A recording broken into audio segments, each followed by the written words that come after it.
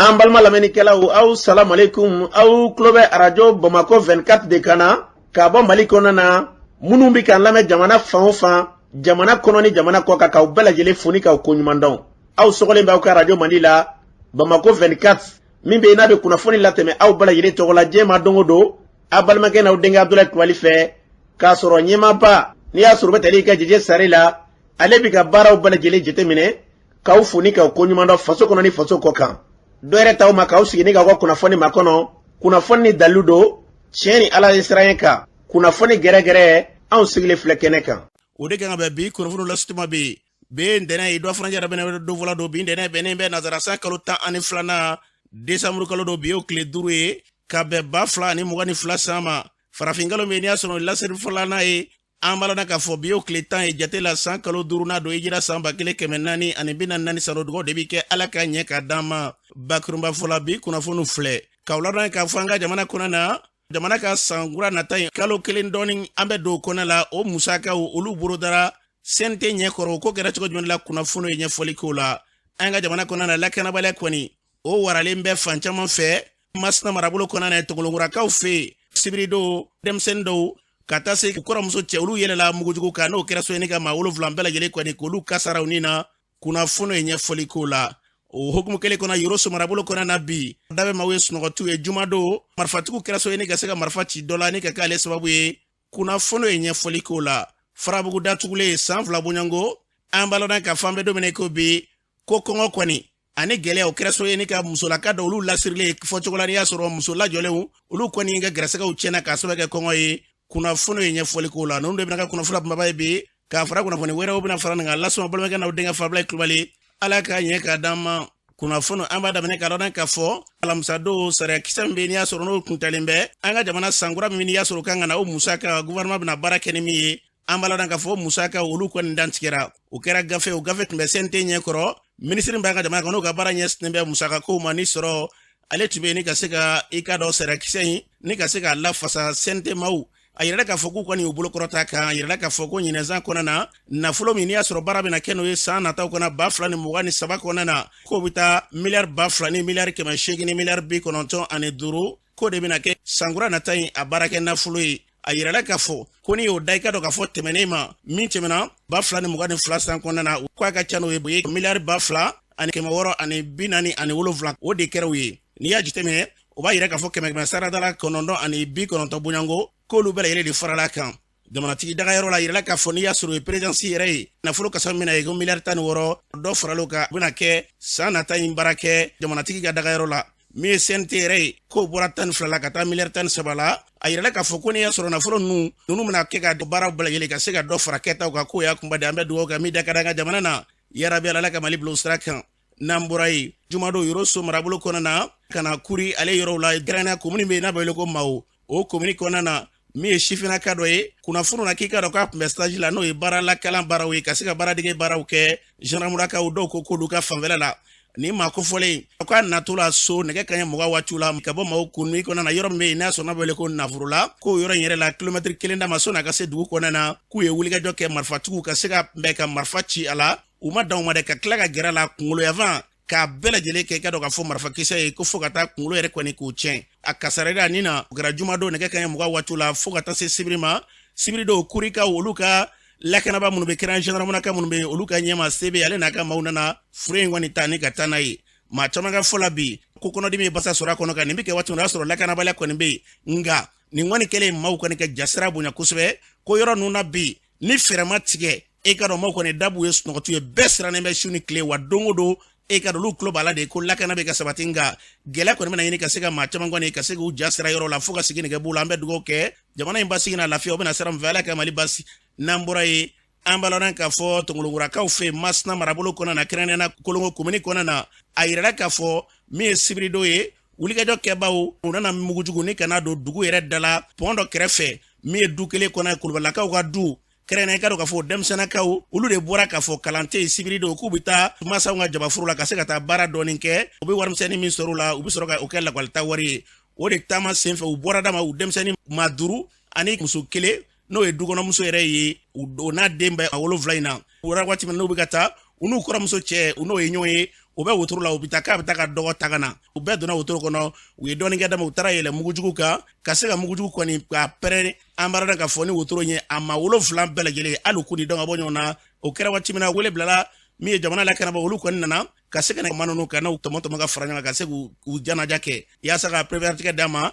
a kɛra min yɛrɛ ka du kɔnɔna na dutigi yɛrɛ an b'a dɔn k'a fɔ u b'an bolo nin waati na Yamusa Kulubali an y'a ɲininka Yamusa Kulubali e yɛrɛ jɔni ne tɔgɔ Yamusa Kulubali ka bɔ Cugulukura. Yamusa Kulubali an ye kunnafoni sɔrɔ ko sibirido ko a ka du denmisɛnninw faralen ɲɔgɔn kan k'u tatɔla furu la k'u kun bɛ fali wotoro kɔnɔ na ko fali wotoro yɛlɛla mini kan n'o ye mugujugu donnen k'a kɛra so ye ka maaw kasara nin na a ko kɛra cogo di. Sibirido u nana ka na bɔnni don an fɛ yan nɔ Kelenkura ni Lutan cɛ an ka ekɔlidenw ani buramusow ani burankɛ dɔ bɛ yen nɔ u mɔgɔ 7 olu de donna wotoro la k'u bɛ taa furu la an burankɛ min ta ka taa a ka dɔgɔ de ta an ka ekɔliden ninnu ɲuman kunna an yɛrɛ wulili b'a la u taara ka taa yɛlɛ min na min ye wula min ye a mɔgɔ 7 k'a bɛɛ faga jaliwale tigila b'o de y'a kɛ wa u tɛ dugu la ko ni Mali fanga bɛ min a b'o de kɛ yanni wuli ka jɔ an kɔni an ka fana quoi n'a fɔra ko anw sɛnɛkɛla ko anw k'an ka foro garidi an ka baara k'an ka foro kɔnɔ an ka tila ka marifa ta ko tila ka u kɛlɛ kuma a fɔra ko minɛn min bɛ jamana kɔnɔ denko minɛn na ne nafa ko minɛn ko minɛn na ko jamanadenw ko an ni nafa ne yɔrɔ min na bi ne yɛrɛ kun ka sa ko fisa min yali den mɔgɔ joli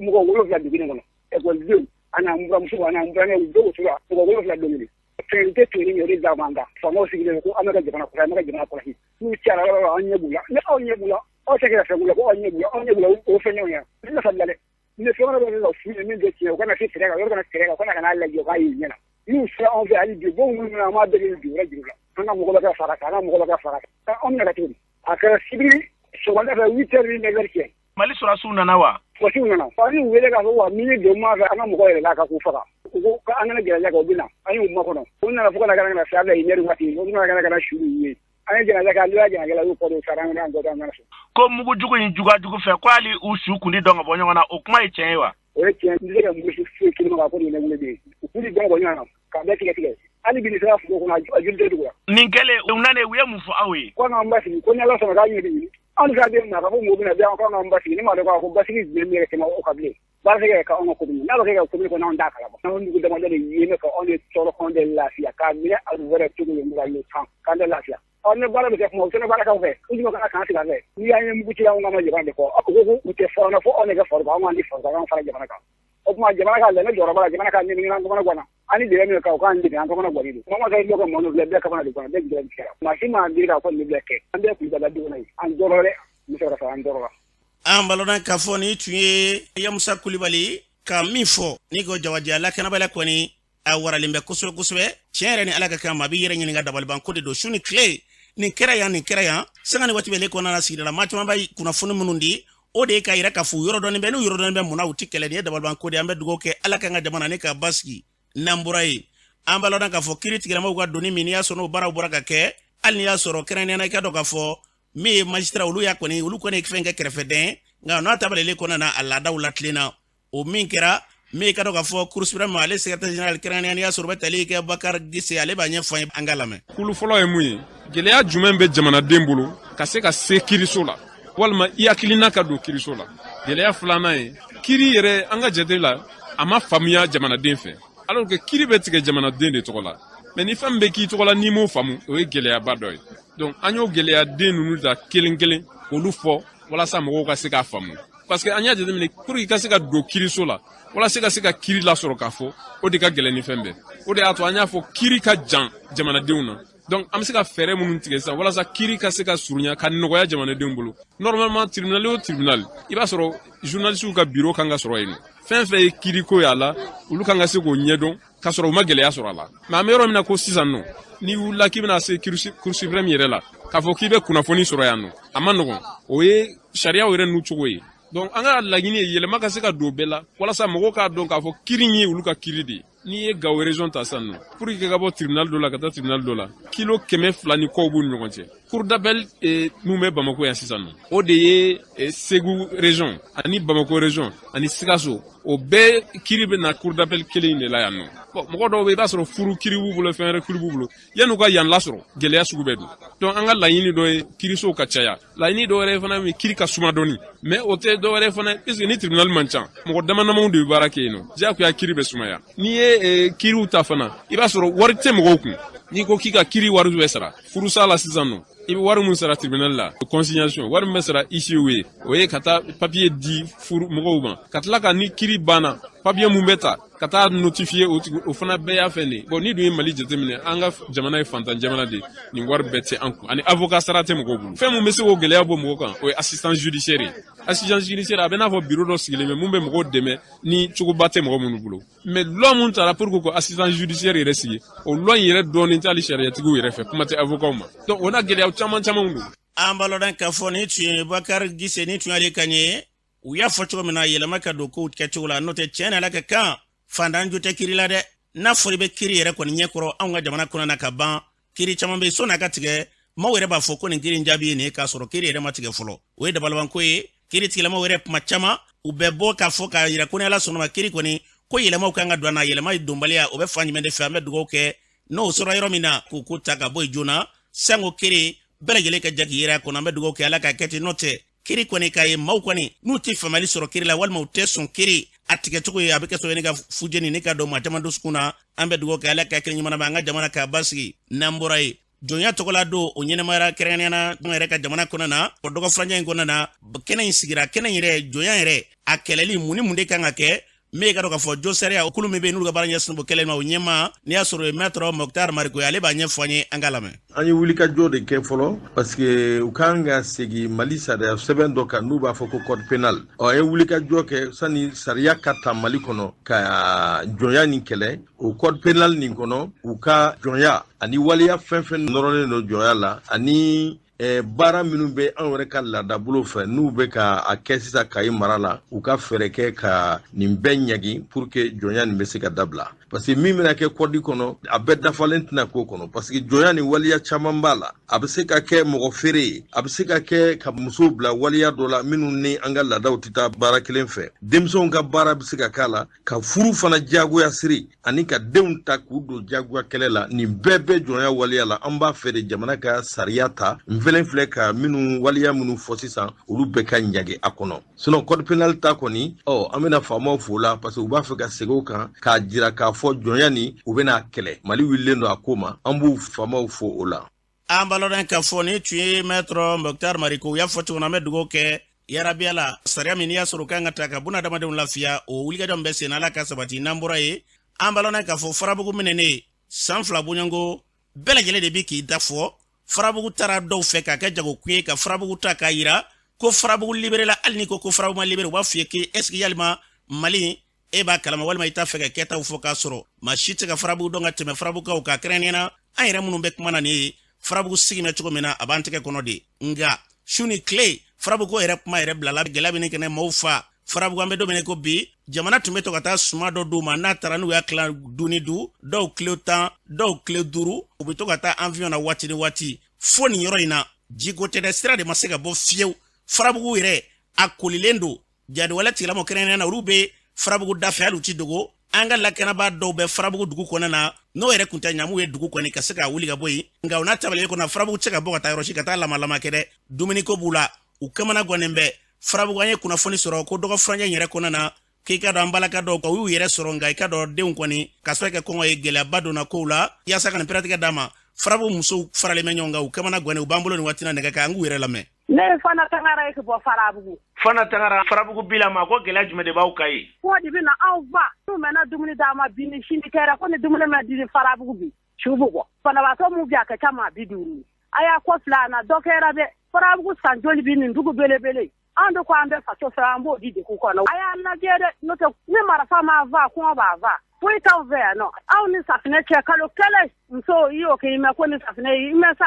an kɔni kɛra ko bɛɛ ye balo mun nana d'an ma kɔsani na ni avion nana ni mun y'a tilalen guwabatigiw yɛrɛw kilo 10 dɔw kilo 7 o don ni bi cɛ a ka ca kalo kelen ni degun b'an kan dɛ. Farabugu sira Farabugu ma labila fɔlɔ wa? a mɛ labila fiyewu ali tɛ se k'i sen ta ka bɔ da fɛ sɔrɔdasiw kun bɛ dan ka taa gei fura gei banna kungo kɔnɔ sɔrɔdasiw yɛrɛw b'a kalama u taara ni mɔgɔw ye kungo kɔnɔ ani mana ni ye kɛlɛ mɔgɔw m'a sɔrɔ fo sɔrɔdasiw b'u kun firifiri ko la nin bɛ dun cogo di ko bɔgɔ don. Je ye fɛn sugu jumɛn ye? Binden don a bɛ kungo kɔnɔ an bɛ t'o di fura n'a nana n'a bɛɛ ye bɔgɔ ye an bɛna o bɔgɔ de bɔ a la k'o di susu k'o kɛ dumuni ye Abilayi odi bana na tew an woni bi mun nyinu so ka kala mi kra kama ka to dai yele wala mi lama do ni soro kuna funu dum ba yira ka fo ko wuli ga jo kera ko fo ka farabugu libéré zara kuy ame libéré ne mun wa libéré ra huna ame libéré sew an jugo ko kuma yoyi ame mun nyina sa ni da ya fo fanga yo ku hakili to ana nyona an zenga na sa de muso nani di ko na tinyana di ko fe ubo bashi ko ni tafne mu ya chano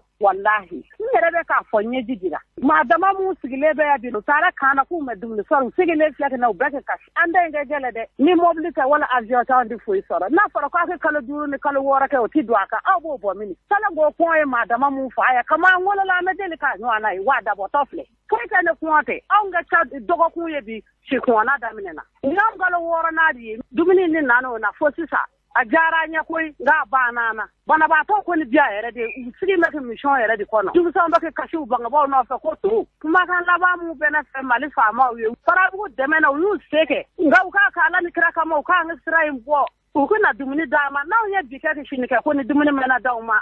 abla ya ke baraide ne dia bi wallahi bi kashi na jininja tulucha chugoro cha foi di chano ala ta kwa safina ko ni te ne re dole fia fa nka sa boyimbe amisa fina bo mini mama ba fo ko dey mblala be anjugu ya ngo dame bla sadi seki se da ango pona wallahi ne to ko fatimi samake farabugu dugu kono an jangana de ni famo malaje mama ba da farabugu libere lo be farabugu jugudi ne te libere le kadan ya ke temu lukan famo ka laje ko ake ala kama ka ke kira kama ka ku yorugu famo ya bonya kama ko an sirabo wona msigi lama doninge de kama ka bo farabugu an bi kama na gwani de an go faso abla akera bara bi de akafo asimiye na me an majin akera bara de na ma majin an bi sade dum se di kafo lebe mana dum ni tita ka du sarango shumu bora ya anwa na wera dabotodu aya laje dokera de bolo mu nana de an ma ba na pew an be balo di nofe nto nani di kona tiena an ver na bi yorni gele ali safna ama soro ka ke ku funuko ka sababu ke ala ni gele yai afu ya ablai in ka laje an ga mana gwana bi o ka mana gwa dai an mai ga ko farabu an di mu me bi de an di bi shi ko ni yesra bana bu bi di daraka joro ko di tawbe ma mu ba ko di libere ya non libere ya an di kanga fo aw ya an libere ya dum ma di bu so ba fo libere ya fa se de jigudo an me libere de non woni libere ne di halis mo na daw mo an falan jeke bango kube non be sra soro ke jele mo abang balo ngam de sra de soro fiu ne ma mu ko libere la ngalo vire do ngalo do yugo ko kuma do no ba be fo mo kashi an baloran ka foni tu frabu ka ukanye konambe kambi kashi wallahi ambe kashi de la alaba do kiraba don na frabi frabu nyona dugu koroba kaye bi san joli joli gelabet mo dalaw ciga ta roshi ni o foko itu fede ne dabal banko ide kule bi ka cishuni kle jonu me wele jamana la kanabaw ka sorobi marabulu ka buluka ambe ka kule kulu de wele amba yinu fe asimi tara frabugo atara minti yake mi kona ka sigi minti yake mi kona la atara chogo mena kana chogo mena o frabu kele inde do o ya soro vice president no ye jamana kundi danga e bandaw klela bi ko bala yele bale bolo colonel Asimi Goita Ismail Wage Modibo Kone Maliki Njao Sadio Kamara au be frabugo bila ma chene la ka kamba yina ufe ala jati kama frabugo mo go be balola kuma tanda bele ni koina ame femi fo ala ka jamana mbasigi nambora ye visher fulu me nuluga baranya sembe bona dama de yare kasega dunga fa gelea kasego kele olu jegulu olu ya yire ka fo gelea be jamana kona na bi opmatike mami Mariam Kone angalame gelea koni jugu yara do farala gelea kandi parce que gouvernement bora dungo aya fo ko subvention ngara tigara ko subvention ko dabla la peu subvention ko be yere akuntika soro kuma tanu yutike ne de la ka fo anye papier mi boka dango gouvernement ka ataka baraka nai nga malheureusement ulu ya ta an ko fedi ku bita la bara parce que o gafe nkono subvention tigali bala mais solution wara de be ni subvention tigay ka nga baraka tukumi o ulu mo se ko uboloda parce que ta chugodo ambe ka wuli ka jomi ke sisa subvention na wo subvention mana wo molo jalani be san keme de la Bamako ya ani Mali dugu to bela parce que nya fi na frombi anga sigida nu chamana sisa soko kilo koloma e keme woro alors que jamana mununte baga mara jamana e ba fo Côte d'Ivoire ni Sénégal uluka soko kolo kloma e keme duru ni bi woro keme duru ni bishiki anu ngam baga ne be duni katai ango ne me mi fu nyana dro uka wuli an ka fɛɛrɛ sɔrɔ nin ko in na bɛɛ bɛ k'i sigi mɔgɔ si tɛ ka kuma bɛɛ ko vive la transition ne sɛgɛn gana min na o bɛ taa mouvement dɔ créer ko vive la transition pour que ale ka balo minnu bɛ dugu ma sɛnɛkɛla minnu bɛ yen ani finiko sarala minnu bɛ yen ani wotoro pusela minnu ani maliyɛn lambda caman a kɛɲɛ tɛ minnu kɔnɔ olu de sɛgɛnnen don an ka laɲini kɔni ye min ye gouvernement ka wuli tiɲɛ don diɲɛ ka gɛlɛ mais fɛɛrɛw de bɛ bɛɛ bolo bɛɛ ye fɛɛrɛ de ta k'i ka gɛlɛya ban Mali la ni wari min bɔra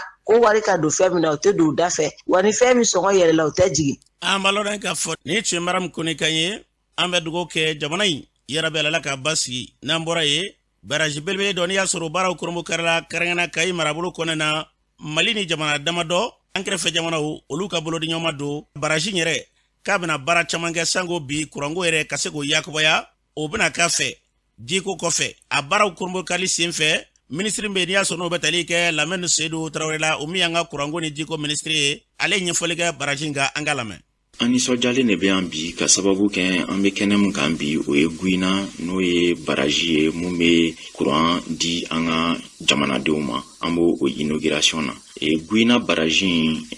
jamana saba ka baara kɛlen don Mali, Senegal ani Mauritanie. An nisɔndiyalen don ka sababu kɛ n'i y'a jateminɛ nin baraji a bɛna ko nɔgɔya an ka jamana kɔnɔdenw bolo ka taga kuranko ta fanfɛla la. Mali la an ye problème dɔɔni sɔrɔ ka sababu kɛ ka bɔ nin yɔrɔ in na ka taga Bamako ligne mun kun kan ka kuran in bɔ yan nɔ ka taga Bamako kuran bɛ se ka produit bi mais a tɛna se ka taga Bamako o de kama yɛrɛ an bɛ yan nɔ yen nɔ an cɛsirilen don walasa ligne bɛ se ka ban joona cogoya min na pour que ni baraji n'a ye électricité dili daminɛ dɔrɔn courant dili daminɛ dɔrɔn jamana kɔnɔdenw ka se ka lafiya a bɛ kɛ sababu ye ka kuranko nɔgɔya jamana kɔnɔla la bibi na an bɛ mun fɔ jamana kɔnɔdenw ye ani Kayikaw o ye foli de ka Kayikaw fo Guyina yɛrɛ baraji bɛ sigida mun na k'o sigidala mɔgɔw fo. An balodan ka fɔ ni tun ye ministre kan ye a fɔra cogo na an bɛ dugawu kɛ ala ka kɛ ten n'an bɔra ye Segu Alayi Boli ministre son b'an ka jamana kɔnɔ ka baara ɲɛsinnen bɛ cɛfɔ ni kan bɛɛ ma ale bɛ baara kɛ a y'a yira k'a fɔ bi tiɲɛ don jamana in kɔnɔ na gɛlɛya kɔni a bɛ sen na ale bɛ wele bila ka ɲɛsin balima filadenw ma minnu bɛ n'i y'a sɔrɔ don bɛ jadiwala tɛlɛmaw ka hakilila kɔnɔna na u k'a lajɛ ka segin u kɔ ka na faso ma Segu Alayi Boli ye kuma min fɔ o filɛ. Ne bɛ mun fɔ n balima filaw ye hali bi n bɛ segin a kan a ye bɔ jadisiya la nafa t'a la jadisiya de kama y'a to an bɛ faga mɔgɔw b'a fɔ filaw bɛɛ tɛ jadisi ye o kuma in ye tiɲɛ filaw bɛɛ tɛ jadisi ye mais filaw de ka ca jadisiya la n'i ye mɔgɔ 100 ta Moti centre kɔnɔ filaw de i bɛ filaw de ye vidéo la filaw de bɛ sɔrɔsiw ka kan jeni ka bɔ ka vidéo kɛ tanki b'u bolo marifa b'u bolo u tɛ bamanankan fɔ u tɛ bosokan fɔ u bɛ filakan de fɔ o ye filaw ye wa o tɛ filaw ye cadre fila joli bɔra ka kuma o kan mɔgɔ si tɛ se Mali kɔnɔ mɔgɔ min bɛ se ka kuma filaw tɔgɔ la ka tɛmɛ ne kan ne ba ye fila ye n fa ye fila ye n ba dɔnnen don n fa dɔnnen don ɲagami fosi tɛ n na wa filaw nin t'aw la ka tɛmɛ ne kan a jara mɔgɔ a ma ja mɔgɔ ye n bala ka tiɲɛ de fɔ ye parce que ne de bala ka tiɲɛ fɔ ye a ye bɔ jadisiya la yanni filaw ka don jadisiya la mɔgɔ si ma filaw ka dugu jeni mɔgɔ si ma filaw faga sɔrɔsiw tun bɛ tɛmɛ patrouille la u tɛ hali kalan waasi fila kelen na mais filaw bɛ ɲina mun kɔ filaw de bɛ sɔrɔsiw fana faga fila terroriste ninnu olu de bɛ sɔrɔsiw faga sɔrɔsiw de bɛ na u bɛ yɛlɛ min kan sɔrɔsiw bɛ sa a ye taa kati aw t'a sɔrɔ sɔrɔsikɛ mun banna k'a muso n'a denw to a tɛ se ka kɔnte ka ban jɔnni cadre jɔnni bɔra k'o kɔndare mɔgɔ minnu bala ka kuma réseau kan bi k'a dɔnna u bɔra k'a fɔ ko Mali sɔrɔsiw fagara wa u bɔra k'a fɔ ko bin kɛra Mali sɛnɛkɛlaw kan wa Mali foro minnu bala ka jeni don o don u bɔra ka kuma kan wa Fatoma maire fagara minnu ko k'u ye Fatomakaw ye a jɔnni bɔra ka déclaration k'a fɔ k'u y'a kɔndare Fatoma écoleso datugulen bi école tɛ Fatoma jɔnni bɔra ka kuma ko école tɛ Fatoma jɔnni y'a kɛ terroriste de b'a kɛ u bɛ jɛgɛw fara ɲɔgɔn kan ka taa di terroriste ma kungo kɔnɔ u y'a tila k'an t'o kalama an b'a bɛɛ kalama wa hali sini n'u ma bɔ terroriste la Fatoma tɛ dɛ sɔrɔsiw bɛ don yɔrɔ bɛɛ. An balodan ka fɔ ni tun ye Segu Boli kan ye an bɛ dugawu kɛ ala ka tile ɲuman d'a ma jamana in yarabi ala ka basigi n'an bɔra ye o tile o cakɛda min bɛ yen n'o ka baara ɲɛsin bɛ dunko juguya ni yuruguyurugu kɛlɛli ma olu y'a yira k'a fɔ ko Mali ni Burukina u bɛn'u tɛgɛ di ɲɔgɔn ma ka se ka baara kelen kɛ a ko ɲɛma Mumuni Gindo ale b'a ɲɛfɔ an ye an ka lamɛn. Mali ani Burukina u bɛ fɛ ka jɛ ka yuruguyurugu kɛlɛ bon yuruguyurugu a bɛ jamana bɛɛ de la ni kelen b'a kɛ bɛ se ka nɔbɔ nka n'aw bɛ jɛ k'a kɛ o nɔ bɛ se ka caya ka tɛmɛ mɔgɔ kelen ta kan o de kama an b'a fɛ ka jɛ ka nin wale ni kɛlɛ bɛnkan sɛbɛn kɔni ye kudayi de min b'a kɔnɔ ka bɔ ka tɛmɛ enquête nin kan o de ka kunnafoni falenw kɛ ka hakili fara ɲɔgɔn kan kɛ an bɛ se ka jɛ ka baaraw dɔw kɛ an bɛ se ka jɛ ka labɛnw sabati min bɛ se ka an ka baaraw yiriwa donc o bɛɛ de bɛ bɛnkan kɔnɔ. An balɔn ka fɔ ni tun ye Mumuni Gindo kan ye u y'a fɔ cogo an bɛ dugawu kɛ Ala ka ko bila sababa minɛ kɔnɔ n'an bɔra ye an ka jamana kɔnɔ na wulikɛjɔ URD ma olu farala ɲɔgɔn kan ka yira k'a fɔ ka lajɛ kɛ ka yira k'a fɔ Mamadu Igor Jara ka fara Dr Boubou Cissé kan k'u dayɛlɛlen bɛ ni Ala sɔnn'a ma k'u makɔnɔ URD kɔnɔ la u ka kulu ɲɛma n'i y'a sɔrɔ bɛ tali kɛ Gɔɲɔ Kulubali ale kuma min fɔ a filɛ. Mun kan o ye Boubou Cissé ni Mamadu Igor Jara de mɔgɔw bɛ k'o kuma cɛya jamana kɔnɔ sariya bɛ appliquer bɛɛ de la u donna URD la URD anw ka dayɛlɛlen don bɛɛ n'a hakili b'a la an bɔra ADEMA la ka na URD créé 2003 an bɛ bɔ ADEMA kɔnɔ wagati min na o y'a sɔrɔ an y'a élection kɛ 2002 mɔgɔ dɔw tun bɛ u taara ka taa dugu dɔ kɛ Sumala contour la ADEMA kɔnɔna la ko Sumala kana kɛ président ye fɔ dɔw bɛ dɔgɔyali kumaw fɔ a la o mɔgɔw caman bɛ olu tilara ka segin ka na don URD kɔnɔ Sumala y'a bɛɛ ta u bɛɛ mara URD kɔnɔ ka dɔw yɛrɛ k'a ka deuxième vice président ye bon mɔgɔ min y'a opposé la ka i ka élection la ka ko bɛɛ k'i contre la n'i sɔnna k'o k'i ka deuxième vice président ye ni cadre min fana nana k'a bɛ don parti kɔnɔ Sumala ye mun sira mun yira ala ye an k'a fana reçoit ye dɛ donc anw bɛ bɛɛ reçoit hali sini ni Tireta ko k'a bɛ na URD la an bɛ Tireta reçoit donc an bɛ bɛɛ de reçoit candidat ko mɔgɔw ka candidature ko bila an tɛ candidature ko kan candidat tɛ an bolo ni candidat ta wagati sera an bɛ candidat ta tacogo la ni ala sɔnna ma mais o ma se fɔlɔ an bɛ jamana ko de la maintenant mɔgɔw b'a fɔ ko ayiwa mandat d'arrêt bɛ Boubou ni Igor kan ko parti a donna k'a bɔra sa non mandat d'arrêt bɛ mɔgɔ caman kan jamana kɔnɔ o parti ba tɛ Mali kɔnɔ n'a a cadre ni mandat d'arrêt bɛ ni dɔw tɛ justice la o tɛ yen mais mɔgɔw bɛ ninnu t'a fɔ ko k'i n'a fɔ mɔgɔ ye ko kura ye non anw ka militant don an ka cadre don Igor bɛ bureau national la Boubou tɛ bureau national bɛ Boubou bɛ jɛni section la donc an ka parti cadre don an b'u supporter mais jamana kɔnɔ bɛɛ b'i soumet justice de la ni justice ka mun kɛ i b'o de kɛ ni justice ko a bɛ fɛn o fɛn sɛgɛsɛgɛ i bɛ renseignement di i ka sɛgɛsɛgɛ ni nɔgɔ yera la o bɛ jɛya ni nɔgɔ ma y'a la a bɛ fɔ ko an y'a i labilara an b'an ban wa mais dossier bɛ se ka kɛ maliyɛn bɛɛ kan ne mun ye parti président ye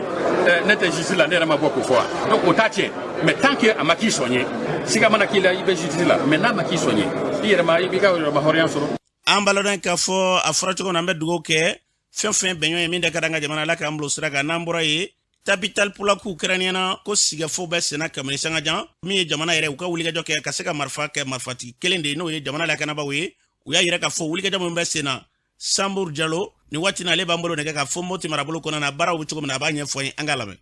Ne ye Sambour Mbukiri Diallo secrétaire au conflit capital pulaku Mali. Sambour Diallo k'aw bɛ wulikajɔ baw la capital pulaku k'a yira k'a fɔ basigi o na ni Mali kɔnɔ la ani waati na k'a bɛ Moti marabolo kɔnɔ na sigafaw bɛ aw bolo cogo di. Sigafo min bɛ yan nɔ bɛ ɲini kama pour que kɛlɛ bɛ se ka ban Moti mara kɔnɔ. Sigafo in bɛɛ bi boli min kan o bɛɛ de bi boli hɛrɛ bɛ se ka nati jamana kɔnɔ fo ka bɛn bɛ se ka nati jamana kɔnɔ parce que marifa tɛ se ka kɛlɛ ban. Sigafo de bi kɛlɛ ban. An tun bi cogo min na k'a kɔrɔ kabini lawala jamana in bɛ se ka sigi ka taa o cogo in na k'a sɔrɔ marifa ko t'a la an bɛ o de kan. An kɔni b'a delili kɛ de pour que faamaw ka valeur dɔ ni kuma ninnu na pour que marifa bila bɛ se ka kɛ marifa yɛrɛ ma se ka man kan ka ye jamana in kɔnɔ n'a armée ka marifa tɛ quoi. Mais armée fana man kan ka fara marifatigi foyi kan fo olu yɛrɛ dama dɔrɔn de. Armée ni marifatigi dɔw faralen don ɲɔgɔn kan a ka jateminɛw la wa. An ka jateminɛw la an y'a o de ye armée ni marifa wɛrɛw bɛɛ ka ɲaami ɲɔgɔn na an bɛ delili kɛ faamaw fɛ ala kama u ka lajɛ maliyɛn dama k'a sigi ka kuma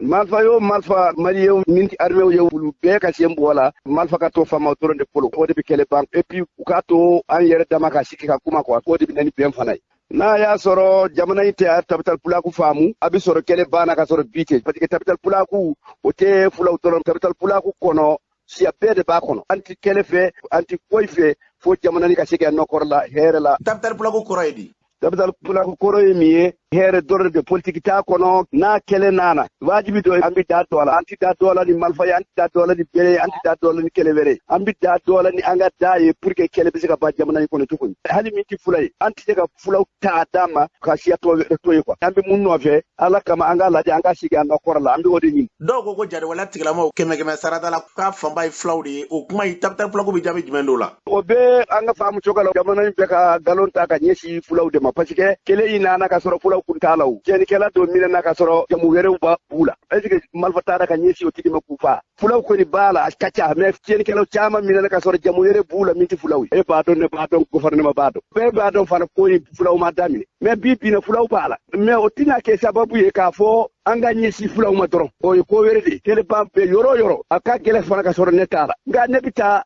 tabita fula ka citela ko de tabita fula ko be ka bende ni Allah ba fe ka fen do ke here nati siraka e tisika ki 100% tanki gouvernement ma yelema do ube wali mina na ma yelema ulude kanka yamriya dika jama bewele ka sigi anga foka benyini anga kumani anga mogo bela bamana mimbala fula mimbala bella mimbala burda mimbala abe ma werte koy malien de du donc malien kanka kuma de pour que here kanati ma werti bo almay kana here nati atisika bo faranti kana na here nati atisika bo risi la kana min here mogo mi bore yoro belela na do faranga balaw kan abi malien de fa fulaw ya toro mu ye kelena est ce que to ya yere to ma yu ne ba bo kelete fulaw ni dogono cede mala yo ma mi ya malfata kelebe ulude nyonche sina ateto nyonche ambaloda ka foni tu samuru dalukanye o kofe ni siga fo munumbe sina dana masago luka kumala sila ale ba nyefanya na bara mi chiko jmendela angalere lame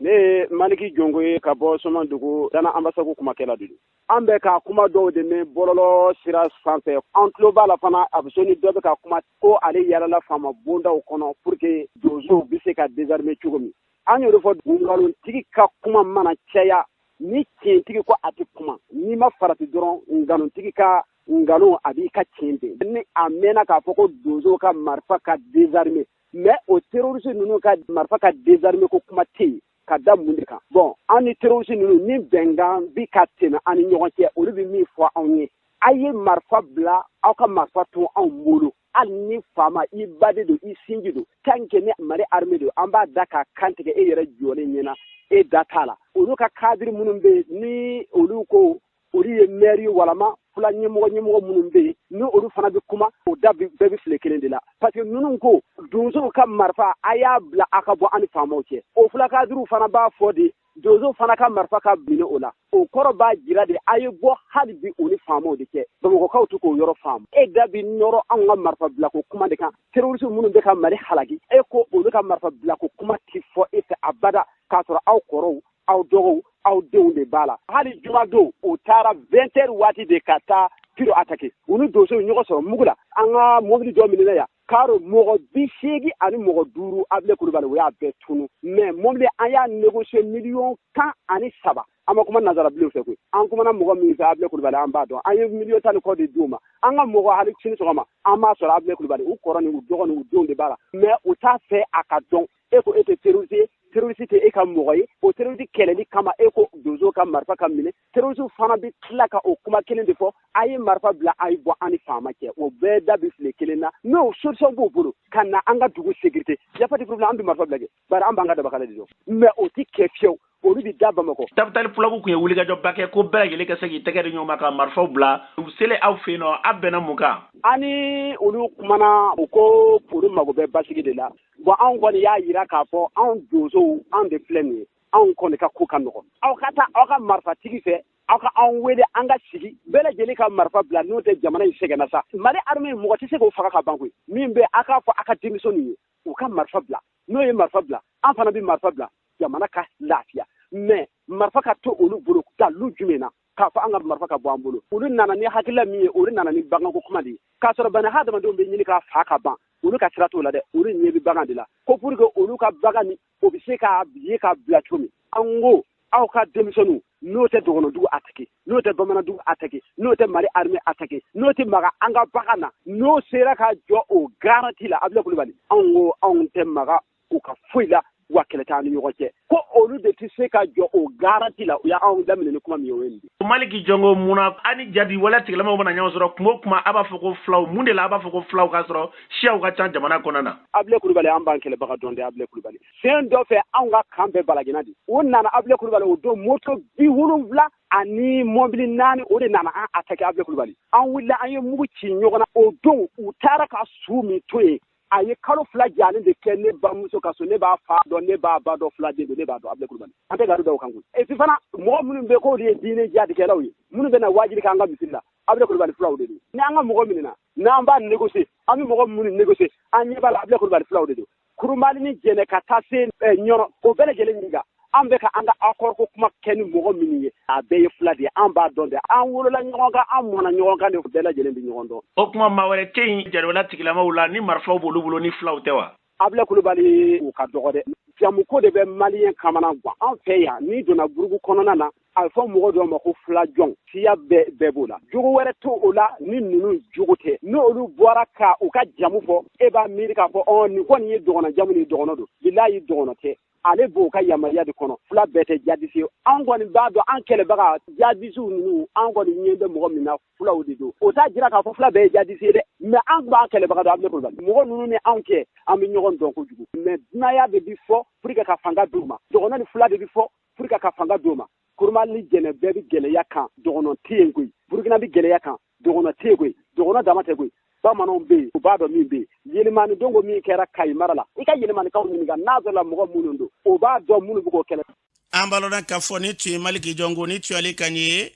ka bɔ Sumadugu an bɛ dugawu kɛ jamana in basigi lafiya bɛna sira o sira fɛ k'an bɛɛ yɛlɛ to Jurukumala kelen na Ala ka kɛ ten n'an bɔra yen an bɛ taa jamana kɔkan na Sira Siribe mun b'e bolo bi karamɔgɔ Ase n'i ka yamaruya an bɛ taa Nigeriya jumadon cɛ marifati jɛkulu dɔw ye bingani wale ta k'a ɲɛsin misiri dɔw ma bingani wale in yɛrɛ kun tɛ dɔwɛrɛ k'u tun b'a fɛ ka alimami ka o minɛ nka laɲini ma se ka sabati o kɔnɔna na mɔgɔ 11 u ye olu jogin n'an bɔra yen an bɛ taga RDC Congo tarata don bingani wale min tara k'a ɲɛsin jamana kɔnɔdenw ma banbagaciw fɛ min kɛra sababu ye ka mɔgɔ caman ka olu bɔnɛ u ni na jamana bɛ tile 3 sangasigila ni wagati na u kɛ tasibila k'a ɲɛsin banbagatɔw ma sangasigi yɛrɛ daminɛ la sibiri don n'an bɔra yen an bɛ taga Burkina Faso Burkina jamana ɲɛmaa ye RFI ale baaraw ɲɔngɔri ni wagati na Burkina jamana kɔnɔna na ka sababu kɛ RFI ale ye kunnafoniya dɔw di min n'a yɛrɛla k'a fɔ ko o tɛ tiɲɛ n'an bɔra yen CEDEAO ale ka jɛrɛ biyɔrɔni filanan kɛnɛ kan CEDEAO maa ɲɛmaw y'a ɲini Mali fɛ ko Ivoirien ka sɔrdasi 46 min minɛlen bɛ Mali kɔnɔ ni y'a kalo caman k'u b'a fɛ u ka bila yanni janvier kalo cɛ ngɔni tɛ k'u bɛna ɲangi ta Mali kama karamɔgɔ ka se ɲɛ min sɔrɔ ni tiɲɛ ye an bɛ dugawu kɛ yarabiya la fɛn min da ka d'an ka jamana na Ala ka kɛ ten jamana in kɔrɔ ni tile bɛ ban ni kaɲɛ kan Ala k'an basigi kunnafoni fara ɲɔgɔn kan Umu Danbele fɛ Sira Siribe Ablaye Kulubali anw de tun bɛ Siri Kulubali alihamudulahi bi fari lafiyara kosɛbɛ an bɛ dugawu kɛ yarabiya la k'o ka ɲɛta ye